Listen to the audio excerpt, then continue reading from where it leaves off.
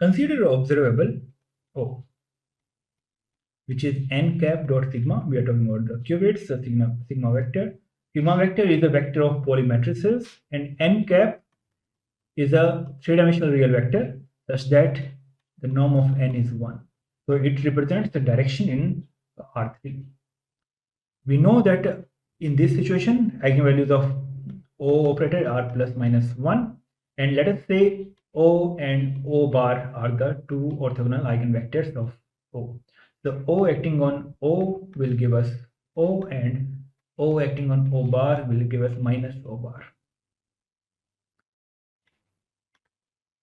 Now, if we define the projectors or operators P plus minus, which is half identity plus minus O, then they represent projective measurements.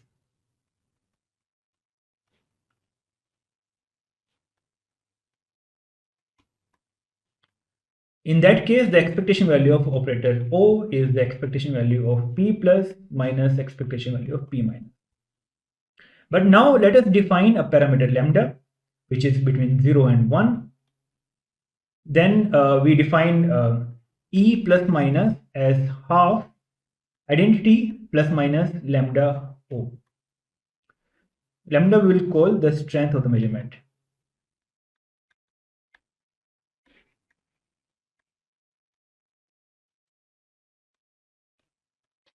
When lambda tending to 0, we have the weakest measurement. And when lambda tending to 1, we have strongest.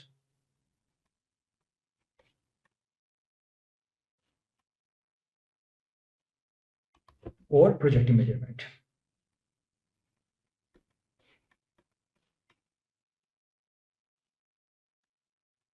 We can see that P plus minus of projectors we defined just above are same as E plus minus when lambda equals 1. So in this case, now the expectation value of observable O is related to expectation value of E plus minus expectation value of E minus, with a slight modification that the lambda will come in the denominator. So if we have lambda very small, then we need to have much larger data, and we need to find the expectation value of E plus and minus and divide it by lambda. If lambda is very large, then it is equivalent to the projective measurements.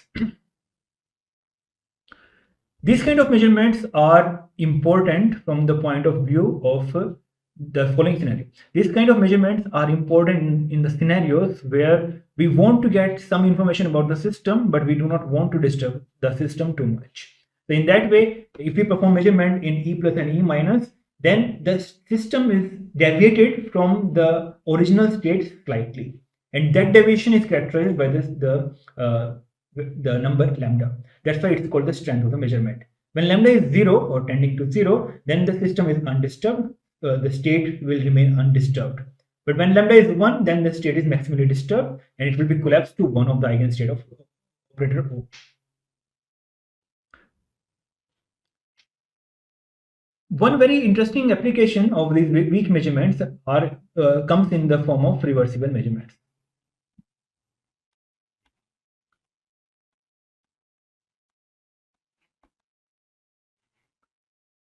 Let us say the observable O is nothing but sigma z.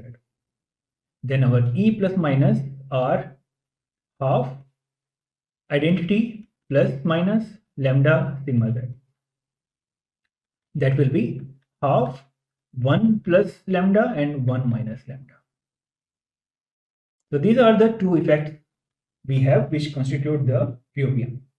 Now let us define the measurement of operators m plus minus, and they are easy to define. In this case, we just say square root of these, that is plus minus minus plus and plus minus and minus plus. So our m plus measurement operator is 1 plus lambda over 2, 1 minus lambda over 2, and m minus is square root of 1 minus lambda over 2 and 1 plus lambda over 2, and rest is 0. Let us recall that E plus minus is m plus minus dagger m plus minus. Since m plus minus are the Hermitian operators, so m dagger is same as m, so it's same as m plus minus square. So e plus minus are m plus minus square. Another interesting thing here is m plus and m minus both being the diagonal matrices, they commute. So it does not matter whether we have m plus m minus or m minus m plus, they will give us the same result. Now let us consider the measurement setup. We have a measurement setup box. The input state comes here, psi, output goes here, this is plus and this is minus. The output state here is m plus psi, proportional to m plus psi, and here it is m minus psi. The probability of this p plus is the expectation value of m plus dagger m plus psi, and similarly p minus is psi m minus dagger m minus psi.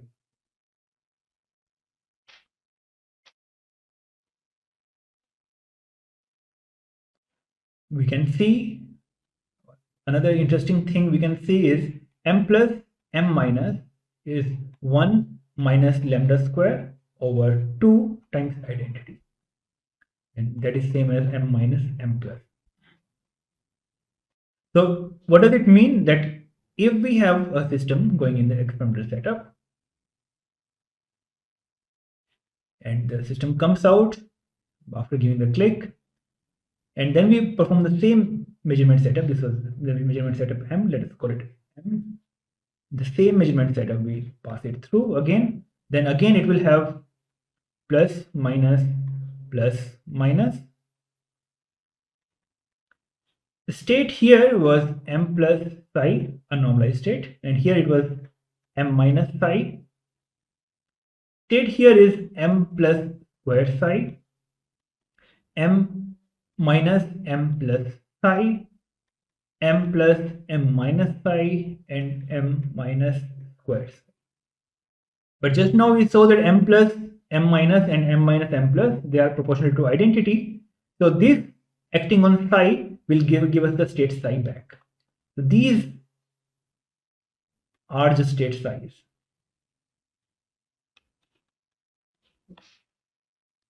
This will happen with the probability 1 minus lambda square over 2, and here it will happen with 1 minus lambda square over 2. So total probability of getting the state back psi is 1 minus lambda square. The probability of retrieval is 1 minus lambda square. So we start with the state psi, doesn't matter what state it is, as long as it is a qubit state. We perform a measurement in the chosen measurement basis, measurement operators. Then we get either plus click or minus click.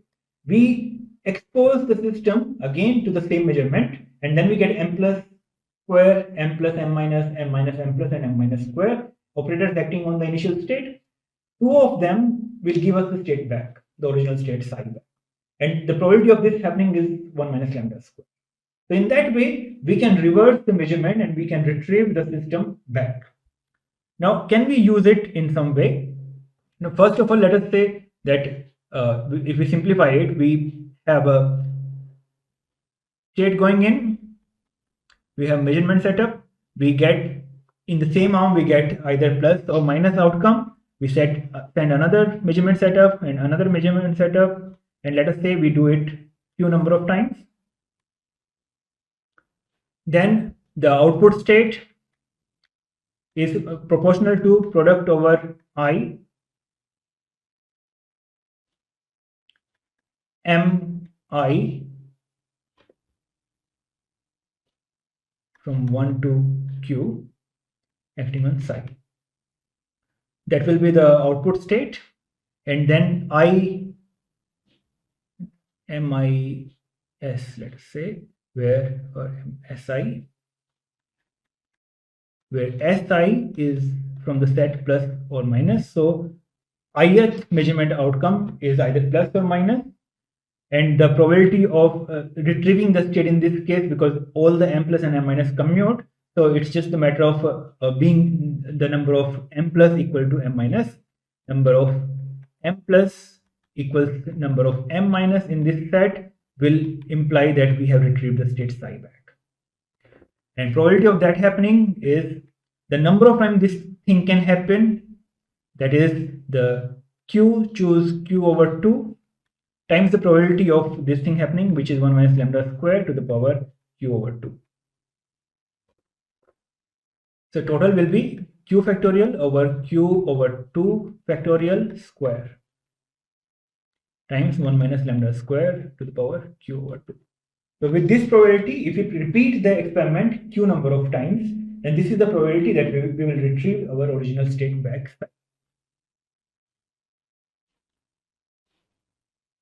Now, how can we use it in any useful way? Let us say we have the measurement setup, and we say it goes up for plus measurement, it goes down for minus measurement, down, up. We discard this, we go down, we go up, we discard the down one, and this one is the state psi back. Now we can send this in the loop. So we had psi here, we perform measurement m, we perform the same measurement again, and with certain probability, that is 1 minus lambda square, we get the state psi back, and we can put it in the loop again. If we can manage to do for some lucky particles this whole measurement n times with the same particle, then this must be equal to having one particle going in the measurement setup, getting us two outcomes, and another particle going in, getting the two outcomes, another particle going in, getting the two outcomes, and with n particle we repeat this measurement. So one particle going through this setup should be equivalent to n particle going through the measurement setup. Of course, we can only consider the result at these points. So we calculate the number of clicks in the m plus and number of clicks in the n minus at this point, and then the second phase of this measurement is to retrieve the state again. So the probability of getting plus should be n plus over n, and probability of getting minus should be n minus over n, and these are the expectation value of E plus and E minus. And from here we can calculate all the expectation values and stuff like that of the operators. We can estimate the state. Whatever we want to do, we need the expectation value of the POVM elements, the effects. And this clicks n plus and n minus will give us that expectation value. If we are given, let us say, an ensemble of quantum system and they are in the state identity over 2. Okay, and we have been given additional information that either they are prepared in 0-1 basis or in plus minus basis. Yeah, that is either in the eigenbasis of sigma z or in the eigenbasis of sigma x. So either the state identity over 2 is 0 plus 1 over 2, or it is plus minus over 2. Now, can we figure out whether the preparation basis was 0, 1 or plus minus? What we need to do is we take particles from this ensemble and send through this setup. We send one particle, we see n plus clicks and minus clicks, we retrieve the state, we again do it. So some particle will just go through this setup once and they will come out by getting in these two arms. Some particle will go in the second round, some particle will go in third round, and with probability given by the number we calculated earlier, we will get some particle going through this circle n number of times. And when the n is large enough, then we calculate n plus and n minus probabilities numbers, and from there the p plus and p minus probabilities, and from there we can calculate the expectation value of E plus and E minus.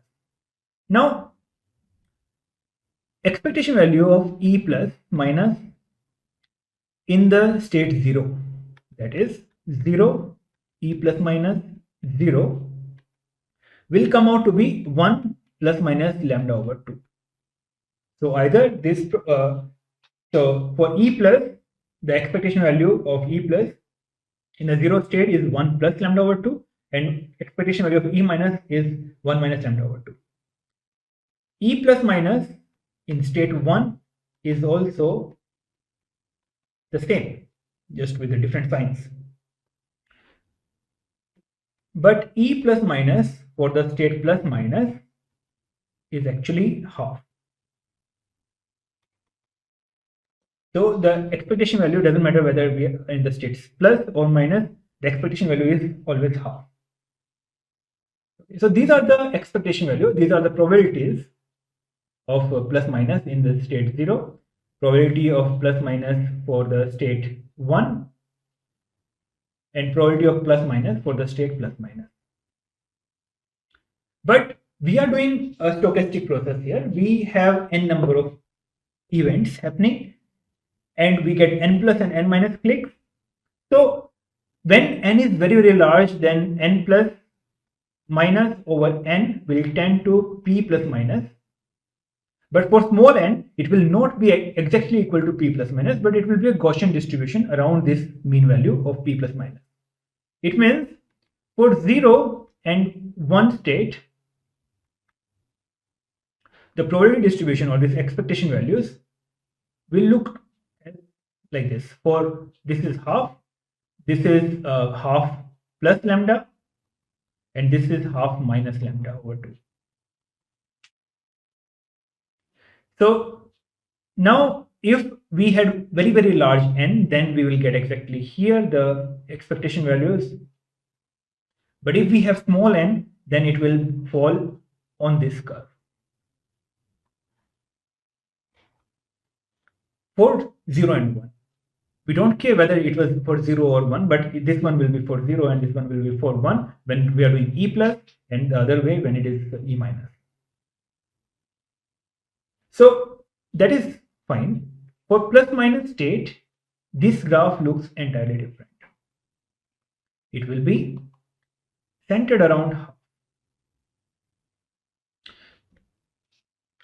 So this striking difference between the probability distribution of 0, 1 and plus minus can be used to estimate the preparation basis of the input state, which was I by 2. So what we have to do is we send it through, send the particle from the ensemble one by one through the experimental setup, and then we wait for some particles to go through the loop n number of times where n is large enough. We take the probabilities or n plus minus from there and we divide them with n, and we repeat this experiment many, many times. We'll get a set of n plus, we'll get a set of n minus, and then we plot the frequency of those n plus and n minus divided by n, normalized with n, on a graph. If the graph looks like this bimodal distribution, then we know the preparation basis was 0, 1. When it is a unimodal distribution, then it was plus minus state. In that way, it seems like we can distinguish the preparation basis. But quantum mechanics says that once we prepare a quantum system, we cannot distinguish the preparation basis. Density matrix is all the information we have. We cannot have the information about the preparation basis. We discussed this point when we were discussing about the preparation basis and decomposition of a mixed state into a mixture of pure states.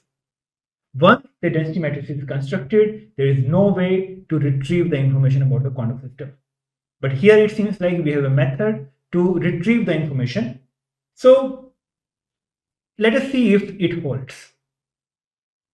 Let us consider another scenario. We have two qubits. They are far apart and they are in entangled state. The one qubit is in Alice's lab and other qubit is in Bob's lab. Let us say the state of these two qubits is 0, 0 plus 1, 1 over root 2. Interesting thing is, if Alice performs measurement in 0, 1 basis in her lab on this, on her qubit, and she gets 0 state, 0 outcome, Bob will also get 0 outcome if he performs measurement in 0, 1 basis.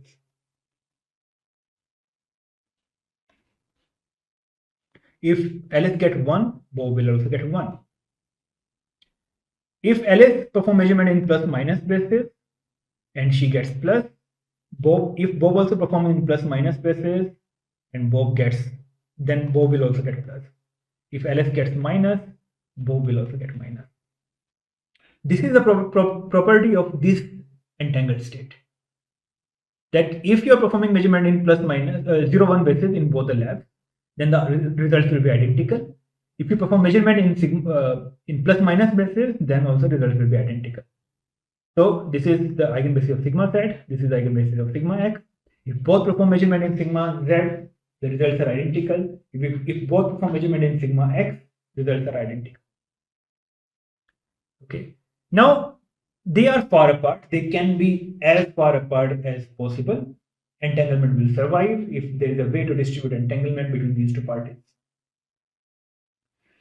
So if let us say Alice wants to send some information to Bob without communicating over the classical network, then what they can do is, let us see if she can send 1 bit of information. Then that 1 bit can be logical bit 0 or logical bit 1. It can be outcome of a match, cricket match, or it can be an outcome of results of a voting of some type. So the protocol they can follow, which is pre-decided, that if the measurement is done in sigma z, then it would mean that the logical bit Alice is trying to transmit to Bob is 0. If the measurement is done in sigma x, then the logical bit Alice is trying to transmit to Bob is 1. The measurement in sigma z implies 0, measurement in sigma x implies 1. When the measurement is performed in sigma z, Alice will get answer randomly, the outcomes will be randomly zeros and ones. So her average state on Alice side will be identity over 2. This is in the Alice lab. And Bob's lab also, it will be identity over 2. But this identity will be 0 out of product 0 plus 1 out of product 1 over 2. So is in the case of Alice lab, Bob's lab.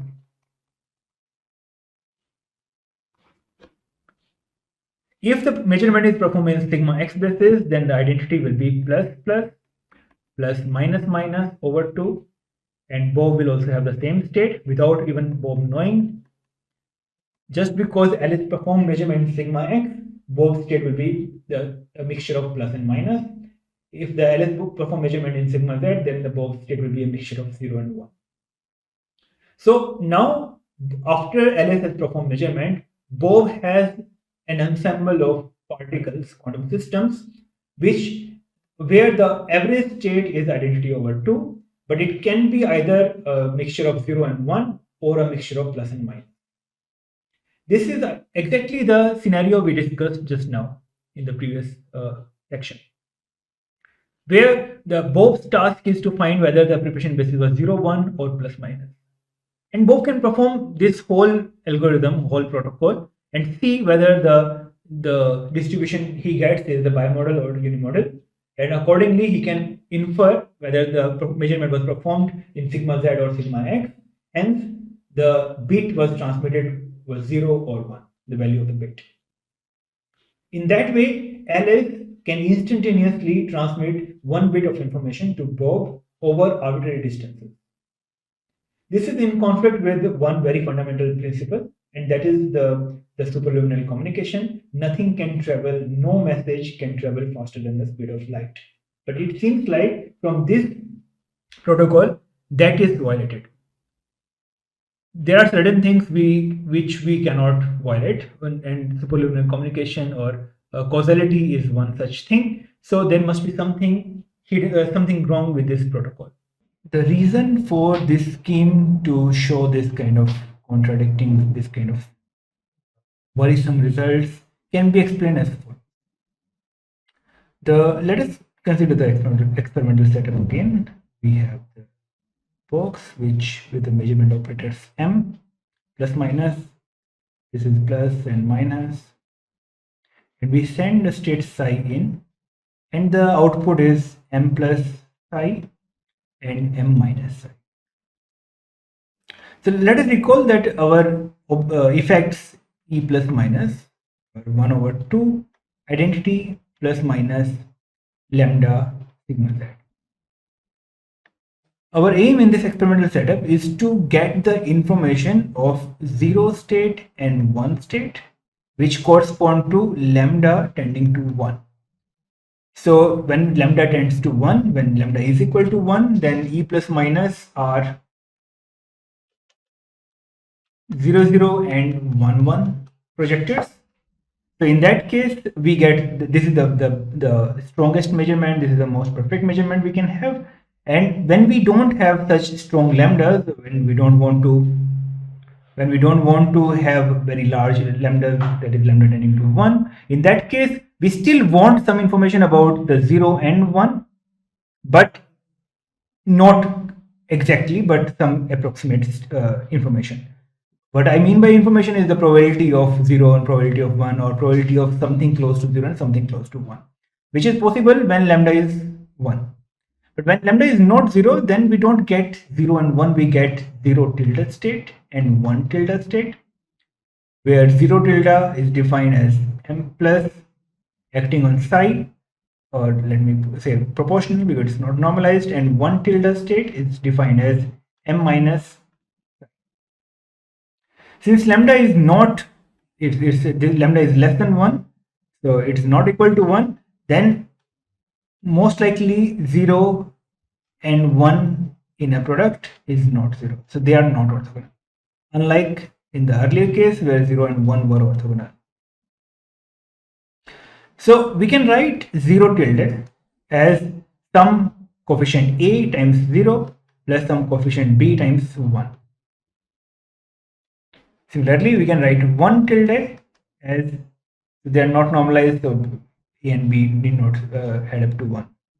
C times 0 plus d times 1. Since they are not orthogonal and they are two-dimensional states, so we can decompose them in, we can expand them in 0 and 1 basis, and a, b, c, and d are some coefficient yet to be determined. We want information about 0 from 0 tilde state, but 0 contains 1 state also. So this is what will give us false positive. So sometimes we get a click in 0, but there was no 0. There was 1 actually. And similarly, this term here will give us the false positive. And these are the terms which make possible that when we for the first measurement we have tilde, and the second measurement we have 0 tilde, and we have 1 tilde. So these are the states which gives us false positive to start with, and these are the states which makes the reversal of the measurement possible.